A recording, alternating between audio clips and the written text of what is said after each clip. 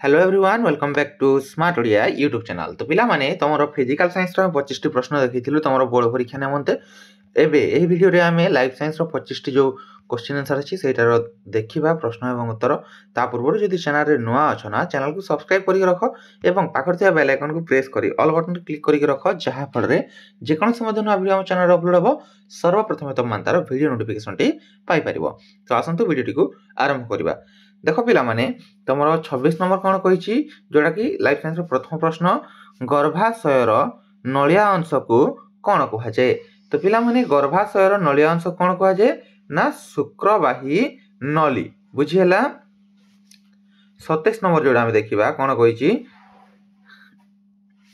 एक क्रमवर्धिष्णु उद्भिद को भूमि सहित समांतर भाव रखिले आलोक आड़क ताहार कांड बढ़िबार कारण कोन हेबो। एटा कोन हेबो पिला माने ना अग्र अंशर ऊर्ध्व भाग रे हार्मोन रो सांद्रता कम हेबो तेनु करी ए कांडटी तार कोन करे आलोक आड़क रखिले तार कांड बढ़िबार कारण होइथाय। तापर देखो पिला माने 28 नंबर कोन कहिछि मनीष शरीर रे अम्लजान युक्त रक्त संचालन संपर्क रे क्यों उक्ति रे ठीक जे एटा हेबो कोन बाम पट अलिंद और दक्षिण पटर निलय मध्य रे रक्त प्रवाह एटा ठीक हेबो पिला माने बुझी हला। 38 नंबर क्यों प्रक्रिया रे मूललोम द्वारा जलर शोषण को सक्रिय शोषण कहा जिवो एटा विसरण कोन हेबो एटा ना विसरण। तापर देखो 30 नंबर क्यों जोड़ाटी असंबंधित एठरे जो अछि सल्फर डाइऑक्साइड और अम्ल वर्षा एई जोड़ाटी असंबंधित नहले फ्लोरोकार्बन जोड़ा ओजोन छिद्रर कारण होइथाय।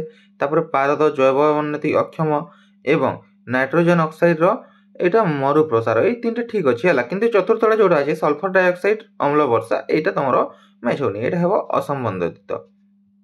तापर देखो पिला माने कोन कहिछि 31 नंबर मानव जाति रो नामटी को सूचाओ। मानव जाति को हमर साइंटिफिक भाषा रे कोन कहै छै होमो सापियंस हैला होमो सापियंस जाति रो हमें बुझि हला। तापर देखो 32 नंबर कोन कहै खाद्य श्रृंखल रे केउटी अन्य तीनोटी ठारू भिन्न बोली पचारि छी।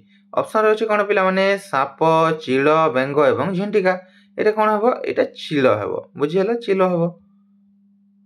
तापर देखो 33 नंबर कोन कहै केउटी नवीकरण योग्य प्राकृतिक संपद एटा नवीकरण योग्य प्राकृतिक संपद कोटा पिला माने देखो एठे अछि कोयला तो हमर कोन नवीकरण योग्य प्राकृतिक संपद हबो कि ना पेट्रोल ना वन्य जीव ना जल एटा तुम निजे टिके कमेंट करो हला समस्त जानिथिबो सेटा कमेंट करो।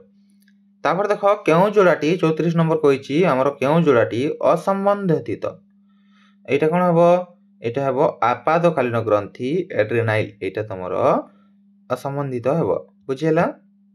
35 नंबर देखो तीन कार्बन युक्त पायरुभिक अम्ल रु केउ उत्पाद गुड़िकर सृष्टि हेबाकु साइट्रिक अम्ल चक्र रो आरंभ दर्शाए एटा हेबो पिला माने 2 कार्बन युक्त सक्रिय अणु प्लस NADH2 प्लस CO2 हबो। तापर आसीबा 36 नंबर कोन कहिछि मेंडेल तांकर परीक्षण रे केउ पीढ़ी रो मटर गछ रे परपरागण करथिले पैतृक पीढ़ी रे कोठारे पैतृक पीढ़ी रे। 37 नंबर देखिबा मेंडेल तांकर परीक्षण रे चयन करथिबा मटर गछर 7 जोड़ा विकल्प मध्य रे केउ गुणटी अंतर्भुक्त नुहे ना गछर उच्चता अंतर्भुक्त नुहे। 38 नंबर देखो गोबर गैस प्लांट रो केउ अंश रु मंड प्रस्तुत होई थाए तो पिला माने एटा प्रवेश पात्र रु बुझी हला। 39 नंबर प्राथमिक शुक्राणु कोषरु शुक्राणु सृष्टि हेबा पर्यंत अवधि को कोन कहा जाय एटा को पिला माने परिपक्वन प्रावस्था कहा जाय कोन कहा जाय परिपक्वन प्रावस्था। 40 नंबर देखो केउ दुईटी समजात अंग तो एठा केउडा दुईटी समजात अंग ना बादुड़ी रो डेणा एवं विहंग रो डेणा ए माने होचंती समजात अंग। तापर 41 नंबर पिला माने वंश विस्तार समय रे केउटी अनुलंब द्विविभाजन देखा जाए केउटी अनुलंब द्विविभाजन देखा जाए ना पिला माने एमीबा ठारे एटा देखा जाए कोठारे एमीबा जानिछो गोटे एककोषी प्राणी जे कि कुटपाद साहाय्य रे निजर खाद्य संग्रह करथाय चला बुला भी करिथाय एवं से तार जो मातृ ଶରୀର ଦୁଇ ଭାଗରେ ବିଭାଜିତ ହୋଇଛନ୍ତି ଏଟାକୁ ଆମେ କ'ଣ ଦ୍ୱିବିଭାଜନ ବୋଲି ବି କହିଥାଉ ଜାଣିଛ। 42 ନମ୍ବର ଆସିବା କେଉଁ ରୋଗଟି ଏକ ବୀଜାଣୁ ଜନିତ ବିଶ୍ୱ ମହାମାରୀ। ଆମେ ଜାଣିଛୁ ଏଇଟା କ'ଣ କୋଭିଡ-19 ଏଇଟା ବିଶ୍ୱ ମହାମାରୀ ହେଇଥିଲା 2019 ମସିହାରେ ଯେଉଁଠାରେ ଆମର କ'ଣ ହେଇଥିଲା ସହର ମାନେ ଗାଁ ଠାରୁ ଆରମ୍ଭ କରି ସହର ପର୍ଯ୍ୟନ୍ତ ସମସ୍ତେ ଲକଡାଉନର ଶିକାର ହୋଇଥିଲେ ବୁଝିହେଲା। ତାପରେ ଦେଖ 43 ନମ୍ବରକୁ ଆସିବା ବୃକକର କେଉଁ ଅଂଶରେ ରକ୍ତ ଛଣା କାର୍ଯ୍ୟ ହୋଇଥାଏ। ବୃକକର କୋଉଠାରେ ପିଲାମାନେ ଗ୍ଲୋମେରୁଲସରେ ରକ୍ତ ଛଣା କାର୍ଯ୍ୟ ହୋଇଥାଏ ପିଲାମାନେ। ତାପରେ ଆସିବା 44 ନମ୍ବରକୁ କ'ଣ କହିଛି ପାକତନ୍ତ୍ରର କେଉଁ ଗ୍ରନ୍ଥିଟି ଅନ୍ୟ ତିନୋଟି ଠାରୁ ଏକ ପୃଥକ କାର୍ଯ୍ୟ କରେ। ଏଇଟା ହେବ ପିଲାମାନେ କ'ଣ ଯକୃତ। ଏଇଟା କ'ଣ ହେବ ଯକୃତ ହେବ ବୁଝିହେଲା। ସେମିତି ଲାଲ ଗ୍ରନ୍ଥି ଜଠର ଗ୍ରନ୍ଥି ଏବଂ ଆନ୍ତରିକ ଗ୍ରନ୍ଥିର କାମ କ'ଣ ସେଟା କମେଣ୍ଟରେ ଜଣାଇବ ହେଲା। 45 ନମ୍ବର ଦେଖ ପିଲାମାନେ କ'ଣ କହିଛି କୋଭିଡ-19ର ରାସାୟନିକ ଗଠନରେ କେଉଁ ଉପାଦାନ ଗୁଡ଼ିକ ଥାଏ। ଏଇଟା ପିଲାମାନେ RNA ପ୍ଲସ୍ ପୁଷ୍ଟିସାର ଥାଏ ହେଲା ବୁଝିହେଲା। 46 ନମ୍ବର କ'ଣ କହୁଛି କେଉଁଟି ସ୍ୱସ୍ଥାନେ ସଂରକ୍ଷଣର ଏକ ଉଦାହରଣ। ତ ପିଲାମାନେ ଏଇଟା ହେବ କ'ଣ ଏଇଟା ହେବ ଆକ୍ୱାରିୟମ୍। କ'ଣ ହେବ ଏଇଟା ଆକ୍ୱାରିୟମ୍। 47 ନମ୍ବର କ'ଣ କହୁଛି ଶ୍ୱାସତନ୍ତ୍ରର କେଉଁ ଅଙ୍ଗରେ ଗ୍ୟାସ୍ ବିନିମୟ ହୋଇଥାଏ। ନା ଶ୍ୱାସତନ୍ତ୍ରର ପିଲାମାନେ ଶ୍ୱାସନଳିକା କୋଉଠାରେ ଶ୍ୱାସନଳିକାଠାରେ ଗ୍ୟାସର ବିନିମୟ ହୋଇଥାଏ।